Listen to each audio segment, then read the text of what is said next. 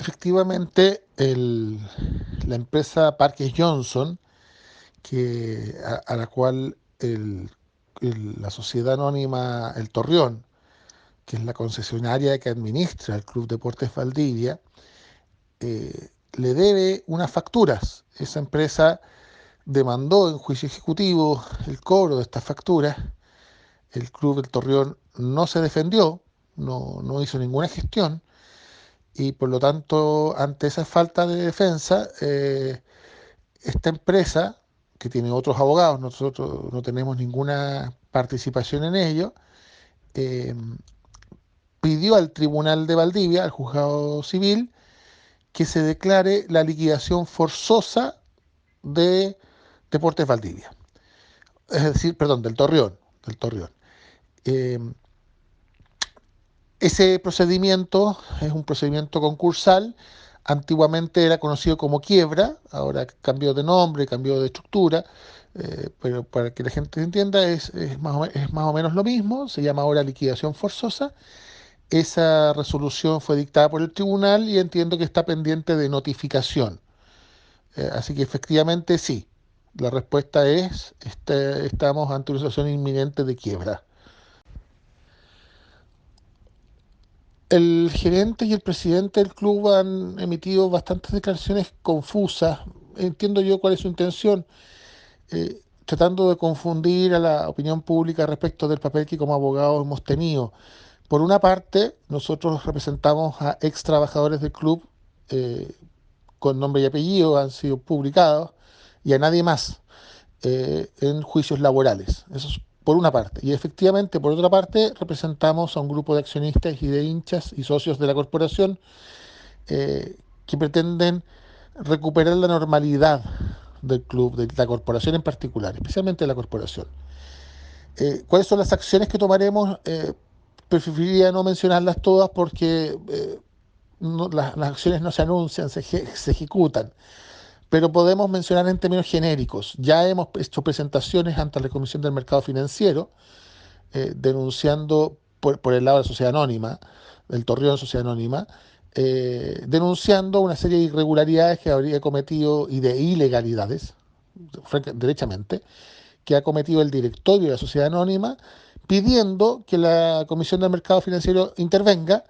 Eh, Nosotros, antes de ese paso, le dirigimos una carta al directorio completo del Torreón pidiéndole que ellos regularicen la situación.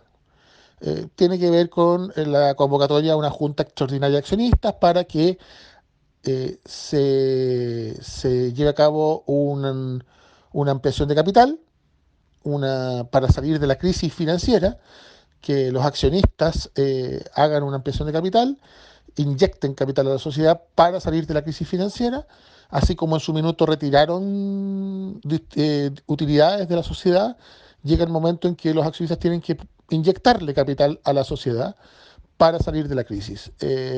Cuando una sociedad en insolvencia, lo que tiene que hacer sus dueños es poner dinero para aquello, y si no lo pueden poner ellos, es hacer una ampliación de capital para captar nuevos inversionistas que quieran poner dinero, y eso significa emitir nuevas acciones y que entren nuevos accionistas y nuevos inversionistas a la sociedad. Pedimos al directorio que hiciera eso, que convocara una junta extraordinaria de accionistas para discutir esta situación y decidir esta ampliación de capital. El presidente y el gerente nos respondieron por escrito que no lo iban a hacer, y frente a esa respuesta tomamos la decisión de ir a la Comisión del Mercado Financiero. Esa fue una de las acciones. Seguiremos haciendo acciones en ese plano, en un plano, si se quiere, administrativo, frente a las autoridades competentes, como el Instituto Nacional del Deporte y otras autoridades, denunciando las irregularidades que ha cometido este directorio en la sociedad anónima, pero también en la corporación. Porque hay otra serie de irregularidades que se han comentado públicamente: la pérdida del registro de socios, la falta de convocatoria de asamblea de los socios de la corporación, eh, etcétera. ¿Sí? Hay una serie de incumplimientos legales que están ocurriendo en la corporación y que el directorio de la corporación, que es distinto al directorio de la sociedad anónima, no está cumpliendo con sus obligaciones legales, y eso se va a tener que denunciar porque estos dirigentes no quieren no han querido, han tenido varias oportunidades de conversar con nosotros, regularizarlo de forma voluntaria. Entonces, si no lo hacen de forma voluntaria, tendremos que obligarlo. Y además, eh, tendremos que presentar las acciones legales respectivas en otros planos, en los tribunales de justicia, para que se ejecuten las garantías que ellos han tenido que rendir como dirigentes deportivos, también ante las autoridades, la Comisión del Mercado Financiero y las autoridades deportivas, las inhabilitaciones como dirigentes deportivos y eventualmente también responsabilidades civiles y penales que tienen en cuanto son directores de sociedades anónimas, y ellos deben responder frente a eso por sus actuaciones personales e individuales. Lo que buscamos, por lo tanto, es que ellos respondan individualmente y de esta manera no sea el club quien deba responder por las actuaciones irregulares que ellos han cometido, sino que respondan ellos eh, por las decisiones que han tomado y que han llevado al club a la crisis que actualmente está. Efectivamente, a mí me encanta el fútbol, soy hincha del fútbol y no solamente encuentro injusto que la comunidad valdiviana no la permitan participar de una organización comunitaria. Eh, Esto va contra la esencia misma de lo que es una organización comunitaria y un club deportivo. El- Toda la forma como se organizan estas organizaciones comunitarias tiene por objeto, como lo dice su nombre, convocar a la comunidad a organizarse, a participar. Cuando se dictó esta ley, tenía este sentido: fomentar la participación ciudadana eh, de forma organizada, que la gente saliera de sus burbujas individuales y tuviera y se motivara a participar de organizaciones que la reunieran en torno a fines comunes, eh, a que no se quedara pasiva y participara de diferentes tipos de organizaciones, juntas de vecinos o cualquier otro tipo de organizaciones que las reuniera en torno a un interés común, que podía ser deportivo, podía ser de otro tipo. Entonces, la ley tenía ese sentido. Y cuando Deportes Valdivia pasó a ser una corporación como era antes y se formó como una organización comunitaria, se hizo con la intención precisamente de abrir el club mucho más. Cuando era una corporación tenía esta característica más cerrada.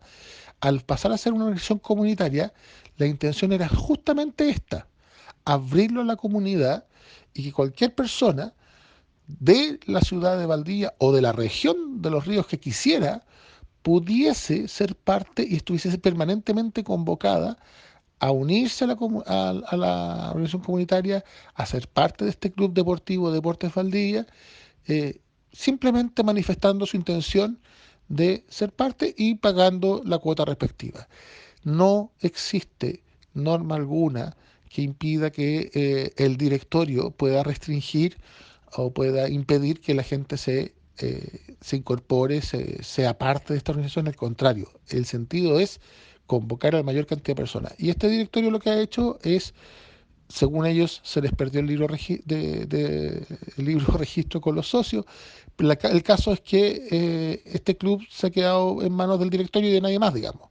No hay asambleas, no se pueden incorporar nuevos socios y llevamos un par de años con esto. Esa pregunta es amplia y abarca varios aspectos. Sí, hemos constatado que hay muchos aspectos, hay muchas conductas que se han cometido en el seno de la administración del Torreón Sociedad Anónima que tienen caracteres de ilícitos. Eh, Hay conductas ilícitas en el ámbito laboral, hay conductas ilícitas en el ámbito civil comercial, de la administración societaria, corporativa si se quiere, pero también los hay en el ámbito penal. Efectivamente hemos logrado, con el tiempo que hemos llevado trabajando, hemos logrado constatar aquello, y los tribunales también. Entonces, preferiría no entrar en mucho detalle en este momento, pero sí puedo mencionar que en el ámbito laboral ya está acreditado ante el tribunal que la administración de este club, por ejemplo, estaba obligada cuando el año 2018, puesto que el club no le pagaba a sus trabajadores gratificaciones mensuales, estaba obligada a pagarle el 30% de las utilidades anuales que el club obtuvo el año 2018 y no le pagó nada a ningún trabajador. A ningún trabajador del año 2018 el club le pagó gratificaciones, de las millonarias gratificaciones que se obtuvieron. Lo que sí hizo el club fue distribuir dividendos a sus accionistas, pero no le pagó nada a sus trabajadores. Eso sin duda es una conducta ilegal. Eh, Parte de eso es lo que se está demandando en uno de los juicios que nosotros representamos, y eso fue acreditado por un peritaje contable que fue rendido en un informe escrito que está disponible en el juicio laboral de don Alfredo Sebey, y el perito rindió testimonio ante el juez. Eso quedó acreditado e incluso fue reconocido en juicio por la defensa del propio club del Torreón, quien pidió al juez que lo condenara a pagar un monto menor al que correspondía, pero está reconocido que efectivamente, y nadie ha puesto en duda de que no se pagaron gratificaciones legales como estaban obligados. Eh, por lo tanto, todos los trabajadores que fueron despedidos o que terminó su contrato y que fueron finiquitados después del 2018, todos ellos se fueron del club sin haber recibido el dinero que les correspondía, y ese dinero fue distribuido a los accionistas. Eso a modo de ejemplo. Eh, Debo decir también que por lo tanto a los trabajadores no se les han pagado sus condiciones previsionales hay varias irregularidades administrativas que tienen que ver con el pago de cotizaciones previsionales que no se hacen, porque el club comete varios errores administrativos en el manejo de las remuneraciones de los trabajadores. Pagos de bonos que los declaran como no imponibles cuando en realidad son imponibles, etcétera. Hay varios errores que hemos tratado de hacérselos ver a la administración, pero son porfiados y no quieren hacer caso de estos problemas y no los quieren corregir, que es peor. A pesar de todo lo que está pasando, siguen cometiendo las mismas irregularidades. Y en el plano societario son montones, se los hemos hecho ver. A los accionistas que compran acciones y que piden los registros no les entregan copia de sus registros. La ley obliga a que los accionistas tienen derecho a pedir copia de ciertas actas de juntas de accionistas. Ellos las piden por escrito y el gerente simplemente no se las entrega ni les responde los correos electrónicos. Nuestros clientes, que son accionistas, le preguntaron por escrito al gerente general cuándo era la fecha que estaba programada para la junta ordinaria de accionistas de este año y no les respondió. Ellos publicaron de forma escondida en un medio que no es el habitual las citaciones a junta accionistas, entiendo yo que con la idea de que los accionistas no se enteraran, y lo hicieron sin cumplir con los plazos legales.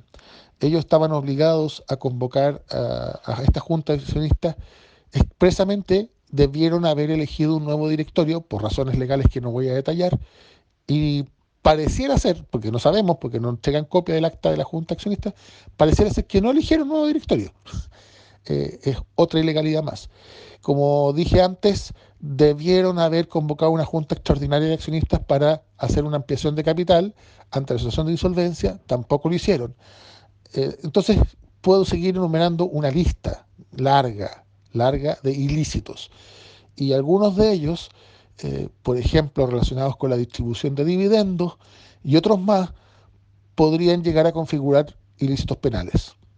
Entre esos, apropiación indebida de dinero porque se distribuyeron utilidades que no les pertenecían, que esto es más complejo en lo técnico o jurídico, digamos, pero eran dineros que no eran utilidades, eran dineros que no pertenecían a los accionistas, y el directorio, no los accionistas, el directorio le distribuyó y le entregó información errada a los accionistas cuando ellos decidieron distribuírsela, y por lo tanto les entregaron dinero que no les pertenecía.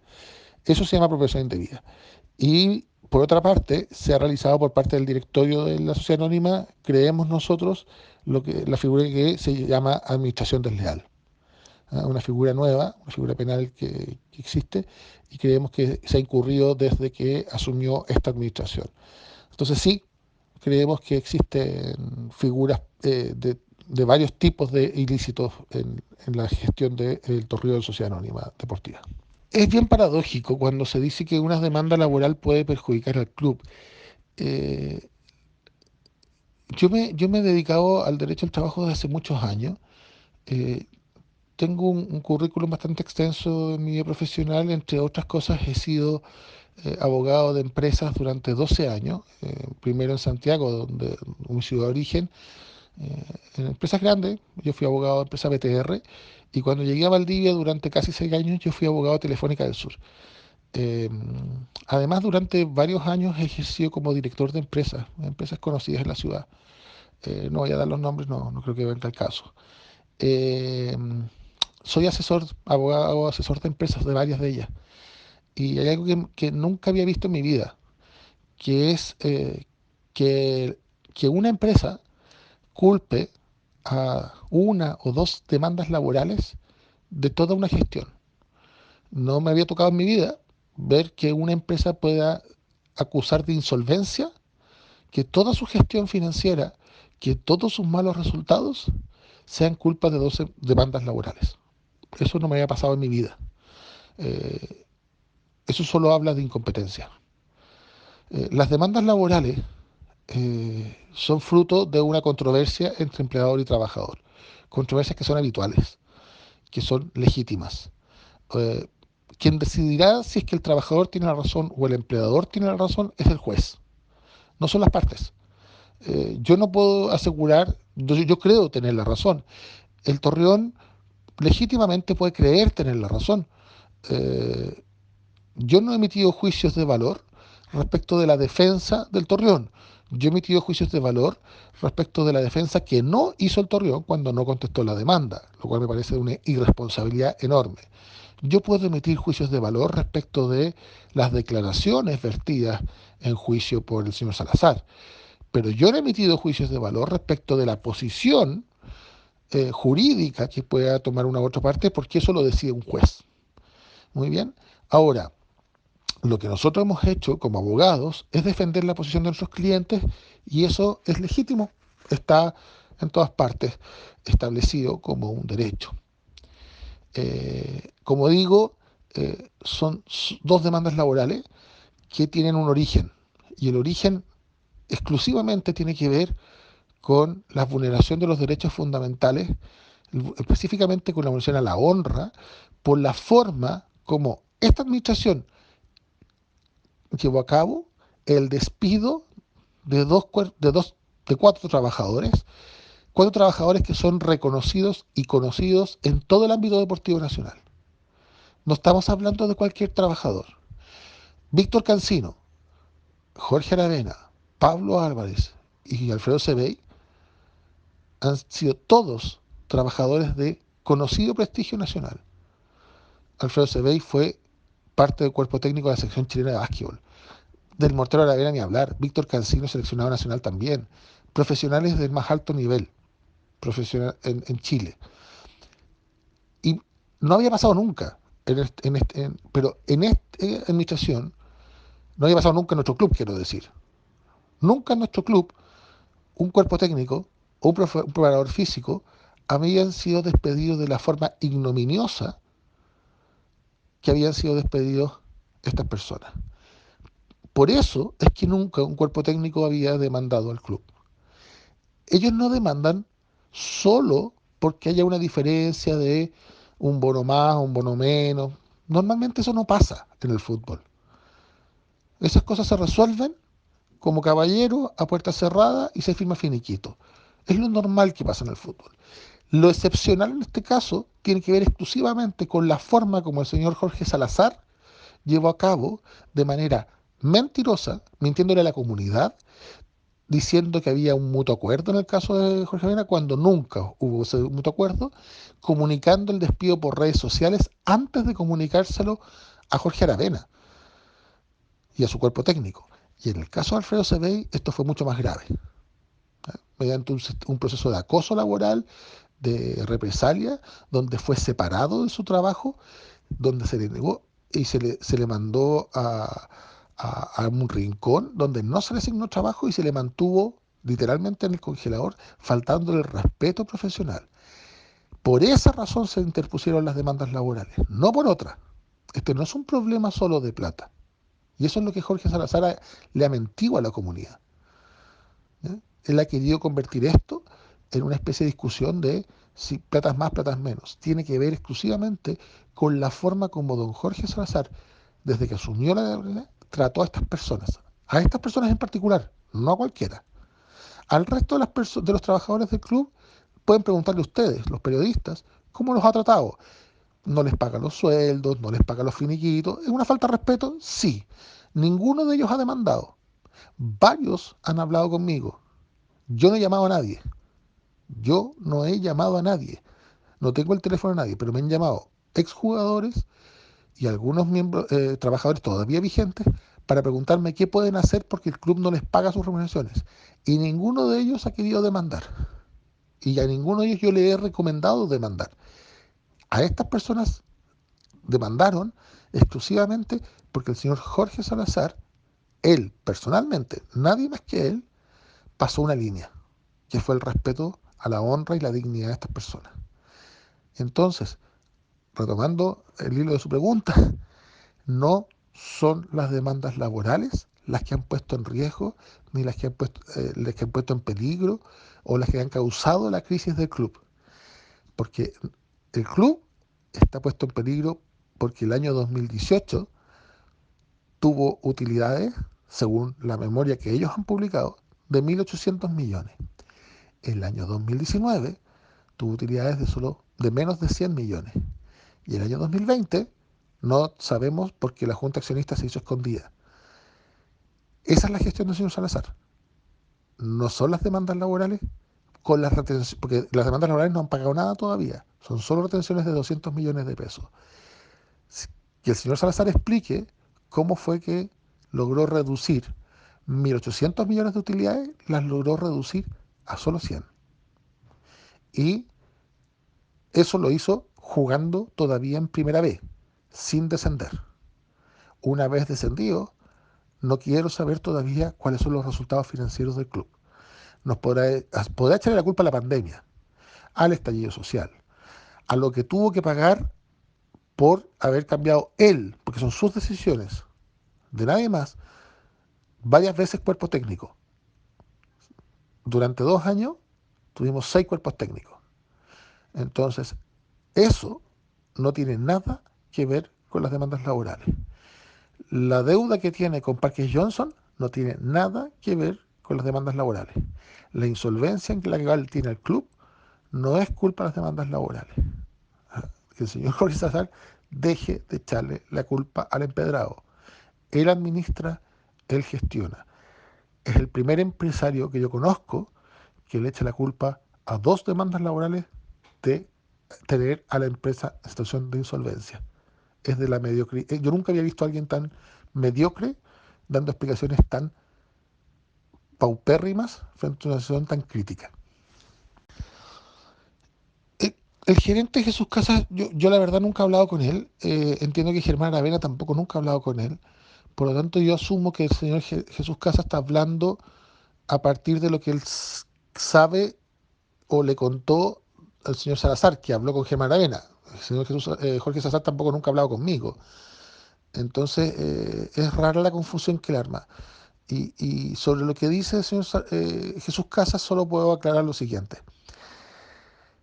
Los juicios laborales no tienen nada que ver, absolutamente nada que ver con las negociaciones que tuvo, las conversaciones que llevó adelante el colega Germán Aravena, Germán Aravena, con Jorge Salazar respecto de la corporación y, y la sociedad anónima. Una cosa son los juicios laborales, los cuales yo he estado conversé muchas veces con los abogados que tienen a su cargo los juicios laborales. Yo soy muy respetuoso por razones de ética profesional, además, digamos, pero también por cortesía profesional, de quienes son designados abogados en los juicios, cosa que ellos no lo han sido conmigo. Me refiero a ellos, a Jorge Salazar y Jesús Casas, no con los colegas. En su minuto hablé con la abogada Jimena Águila y con el abogado Claudio Márquez, que son eran los abogados que finalmente terminaron renunciando ambos por desacuerdos, me imagino yo, con su cliente, y ahora con el abogado Luis Hernández, que es el abogado a cargo. Con ellos he hablado, cada vez que hemos podido, hemos hablado de posibles acuerdos en los juicios laborales, con nadie más. Eh, Germán Aravena, por su parte, estuvo hablando sobre los temas societarios, si se quiere hablar, en representación de los otros clientes que tenemos, que son los accionistas y los socios. No hay que confundirlos y parece que don Jesús Casa enreda todo. Entonces, las demandas laborales, como ya dije, no tienen nada que ver con esto y no se confunden, no se confundan. No están condicionadas unas cosas con las otras. ¿Ok? Las demandas laborales tienen un tema y si se quiere negociar eso, tiene que ver con el pago de lo que está demandado y parte de lo que está demandado. Y nosotros lo propusimos en el mes de febrero, que si el problema era las retenciones y que necesitaban liberar parte de esas retenciones para resolver los problemas de caja, entonces nosotros propusimos una fórmula de pago para liberar las retenciones, que el club pudiese pagar las remuneraciones de los demás trabajadores del club, eh, porque eh, lo que sorprende nomás es que el club tenga una sola fuente de ingresos y que no tenga otras fuentes de ingresos, pero si ese era el problema, nosotros liberábamos las retenciones a cambio de pactar una forma de pago y unas garantías para que los clientes nuestros pudiesen percibir el pago de lo que se acordara. Pero el club desechó nuestra propuesta y dijo que no iba a seguir negociando con nosotros. Eso ha sido hasta el día de hoy, digamos. Ese es un tema, no tiene nada que ver con lo otro. Por otra parte, efectivamente, Germán Aravena se reunió 2 veces con Jorge Salazar y habían llegado a un acuerdo. Así que que don Jesús Casas no enrede.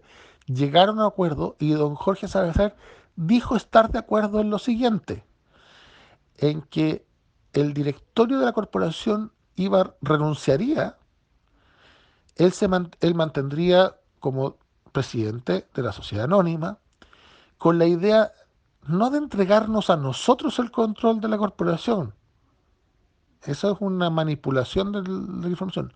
Lo que nosotros dijimos es que los hinchas y accionistas que nosotros representamos, lo que quieren es nombrar un directorio interino para en el más breve plazo llamar a elecciones en la corporación. Llamar a elecciones en la corporación. Para eso necesitamos reconstruir o que aparezca el libro para que la gente pueda inscribirse en la corporación, nuevos socios pueden inscribirse en la corporación, hacer una campaña para que los socios se pongan al día y puedan votar en la asamblea, convocar asamblea y recuperar la normalidad de la corporación, mejor dicho, de la organización comunitaria. Ese era el objetivo. No es tomar el control nosotros y, por supuesto, si ellos renuncian al directorio del Club Deportivo Deportes Valdivia, de la organización comunitaria, lo que tienen que hacer entonces también es entregar los 2 cargos de directores que tienen la sociedad anónima que le pertenecen a la organización comunitaria. Eso es todo. Tan simple como eso. No les estamos pidiendo ni que entreguen las platas del CDF, en absoluto, para que el señor Jesús Casas le quede más claro y dibujado con pera. Nosotros en el juicio laboral les liberamos los fondos retenidos para que ellos resuelvan sus problemas económicos y especialmente para que puedan pagar los sueldos de los trabajadores, si negociamos los juicios laborales. Y por otra parte, por separado y sin estar condicionado, nosotros le estábamos pidiendo que ellos devuelvan a los hinchas y a los socios la organización comunitaria para que los hinchas y los socios puedan llamar a asamblea, elegir su directorio y recuperar la organización comunitaria porque ellos tienen capturada desde hace mucho tiempo. Y eso implica, por supuesto, que los hinchas y los socios puedan elegir a los 2 directores que tienen derecho a tener en el directorio de la sociedad anónima. Así de claro. La figura del comodato con la Universidad Austral es bien particular. A mí me llama la atención que no se haya podido tener una discusión con los socios en la asamblea, porque cuidado, esos dineros que se recibieron y que se están, ellos dicen invirtiendo, algunos podrán decir que se están gastando, no es lo mismo, en ese complejo. Lo razonable era que se discutiera en juntas de accionistas, en el caso del Torreón, Sociedad Anónima, y en asambleas de socios de la organización comunitaria. Pero nada de eso se hizo.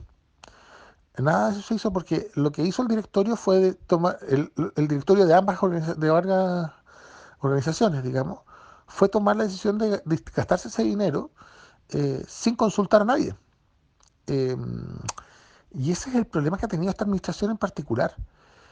Ellos pareciera ser que se convencieron de que el club les pertenece. Tanto la sociedad anónima como la organización comunitaria pareciera ser que se convencieron que el club es de ellos o que ellos son la voz del club. Y ahí se equivocan radicalmente. Lo explico de esta manera. Patrimonialmente, si el comodato que nos da la Universidad Austral significa un préstamo de uso en términos jurídicos técnicos. Es decir, la Universidad Austral nos presta un terreno para que lo usemos por un tiempo determinado. Todo el dinero que nosotros pongamos en ese terreno eh, va a quedar a favor de la Universidad Austral. Cuando termine el comodato, tenemos que devolver el terreno con todo lo que hayamos gastado, por eso que digo que no es una inversión, en ese terreno. Mientras lo usemos, pareceremos dueños, pensaremos que somos dueños, lo usaremos como si fuéramos dueños, pero ese patrimonio que está ahí no es nuestro. Todo el dinero que está ahí no será activo del club. Si usted, hay que revisar los balances y hay que revisar los estados financieros del club, ustedes verán que todo ese dinero que se está gastando no va activo. ¿Qué, ¿Cuáles son el patrimonio del club? ¿Cuánto crece el patrimonio del club? La pregunta que hay que hacerle a los administradores de este club es cuánto ha crecido patrimonialmente el club reflejado en su estado financiero. Y esa pregunta no la van a responder. ¿Por qué? Porque no han hecho asambleas, no han hecho juntas de accionistas abiertas a la prensa y a los accionistas, a todos los accionistas, porque esa respuesta no están en condiciones de hacerla porque ellos han empobrecido al club. Recibieron miles de millones de pesos, recibieron mucho dinero y el club hoy día está en insolvencia, en menos de 2 años. Esa es la realidad. Eso no lo pueden esconder. Tratan de inventarnos el cuento del complejo como si estuviésemos creando riqueza. Y es un comodato. Repito, el patrimonio que está ahí es de la Universidad Austral. Entonces estamos invirtiendo, el concepto de ello, eh, para mejorar, para crear, eh, para hacerle el patio al vecino, ¿ah? Para construir una piscina, un quincho en el patio del vecino. Cuando el vecino nos pida de vuelta su patio, solo tenemos que devolver con la piscina y con el quincho construido. La pregunta que se hace cualquier persona es, ¿en qué nos hace eso más rico a nosotros? No conocemos los términos del contrato como datos, pero con la información que se tiene, un comodato no nos hace más rico porque nos están prestando algo y nosotros estamos gastando dinero en el terreno que nos prestaron. El rechazo del recurso de protección por el tema de los dineros por la cuota del descenso, sin duda es un duro revés, eh, pero no solamente en el sentido jurídico, es un duro revés también en el sentido, si se quiere, político, institucional y comunicacional. Eh, Primero porque fue una apuesta. Es una apuesta que hizo Jorge Salazar, el directorio de Jorge Salazar, eh, porque ellos, ante la premura de conseguir recursos, ante la incapacidad de generarlos, eh, apuestan por un camino que consideran que era más rápido que ir al Tribunal Patrimonial de la NFP, que era el camino institucional que, que está dispuesto para estos efectos. Cuando un club tiene disputas patrimoniales con la NFP, debería ir al Tribunal Patrimonial Ambiental y resolverlo ahí. Esa era la opción que impedía tener otro tipo de, abrir un flanco, digamos. Ellos optaron por salirse del camino reglamentario institucional dispuesto por la institucionalidad del fútbol, digamos. Entonces optaron por ir por los tribunales ordinarios, sabiendo ellos, o debiendo saber, que el camino de los tribunales ordinarios siempre ha sido cuestionado por las instituciones del fútbol eh, desde hace mucho tiempo, en el sentido de que los problemas del fútbol se resuelvan dentro de las institucionalidades del fútbol. Esa es una premisa antigua, ¿no? Ha habido cambios, efectivamente, antes estaba prohibido, ahora no está del todo prohibido, pero es muy mal visto que se demanden en tribunales ordinarios temas que son del fútbol, y para eso se han creado eh, instituciones dentro del fútbol para resolver sus controversias. Por lo tanto, el directorio, imagino yo, que tomó esta decisión sabiendo el riesgo, y finalmente la apuesta le salió mal. Es decir, la Corte falló en contra, la NFP les está pasando la cuenta y les abre este proceso y les advierte que está abriendo este proceso, digámosle, de desafiliación. No es propiamente tal, pero se entiende el concepto, ¿cierto? Entonces, aparecemos nosotros como el club que está ahora, además de perder el recurso, amenazados con una NFP, perjudicando nuestras relaciones con la NFP. En vez de usar el camino institucional que correspondía, haber llevado la controversia a ese camino. Además, el problema es que cuando se presentó el recurso también no se le dijo la verdad a la opinión pública, porque se dijo que la NFP no había respondido. Y la verdad es que la NFP sí había respondido. Lo que pasa es que la respuesta no le gustó al club, lo cual es legítimo. ¿Ah? Eh, lo que pasa es que la NFP nunca dijo que no debía el dinero, dijo que no podía pagarlo, que tenía el pago suspendido. Entonces no es lo mismo decir que la NFP no responde, que es algo que le pasa mucho a esta directiva, que, que, que, en el fondo transforma las cosas, las tergiversa las cosas, porque una cosa es que la NFP haya dicho una respuesta que no es de mi agrado, que yo no comparta, y otra cosa es que no haya respondido. La NFP dijo: yo reconozco que tengo una deuda contigo, pero no te la voy a devolver todavía, tengo el pago suspendido por esta y esta otra razón. Eso fue lo que dijo la NFP.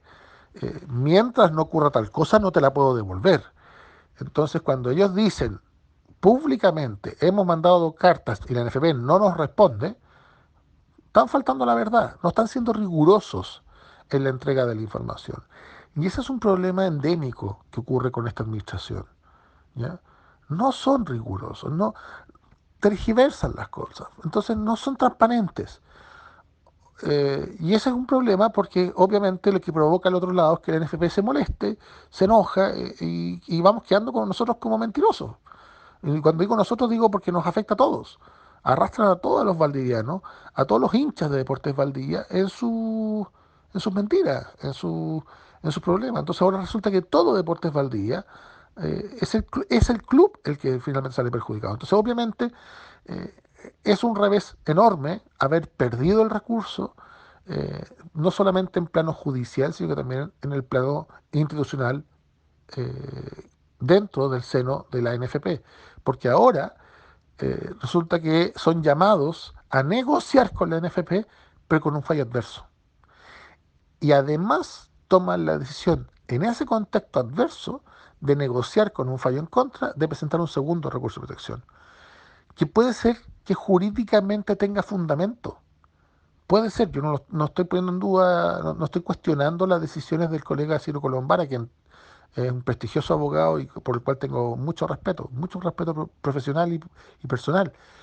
No pongo en duda sus conocimientos ni su manejo profesional del tema. Lo que digo es el criterio estratégico y táctico del directorio, de la oportunidad y la forma de ejercer el recurso de protección. Respecto de los dichos de Jorge Salazar en cuanto a que los juicios laborales no avanzan, la verdad es que son un chiste. Eh, Les puedo dar a los hinchas a los medios de comunicación en general, les puedo dar los números de las causas. En el caso son públicas, ¿eh? Los pueden buscar incluso en la página web del Poder Judicial, los pueden buscar por los nombres de las partes, por el Torreón, los pueden buscar por el nombre de Jorge Aravena, por el nombre de Alfredo Sebey, o por el nombre mío si quieren. Eh, es cosa de que los googleen y los van a encontrar en la página web del Poder Judicial también. ¿Ah? La T92 2020 y la T98 2019,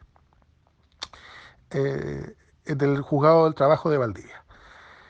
Y todos pueden entrar a ver la causa, a ver las presentaciones, los escritos, las resoluciones, las actas, todo. Y se van a dar cuenta eh, cuáles son las presentaciones y cuáles son las demoras de los juicios. En el caso de Alfredo Sebey no ha habido ninguna demora. El juicio empezó en octubre y el juicio está terminando esta semana. Se va a dictar sentencia esta semana, a más tardar la próxima.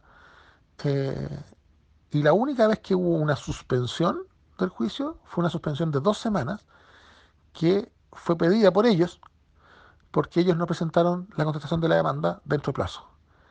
Eso fue en febrero. Tenía que llevar a cabo la audiencia los primeros días de febrero, no me acuerdo ahora si fue creo que fue el 4 de febrero, si mal no recuerdo, y el tribunal fijó una audiencia para el 16 de febrero con la idea de que pudiésemos conversar un posible acuerdo con la abogada de entonces.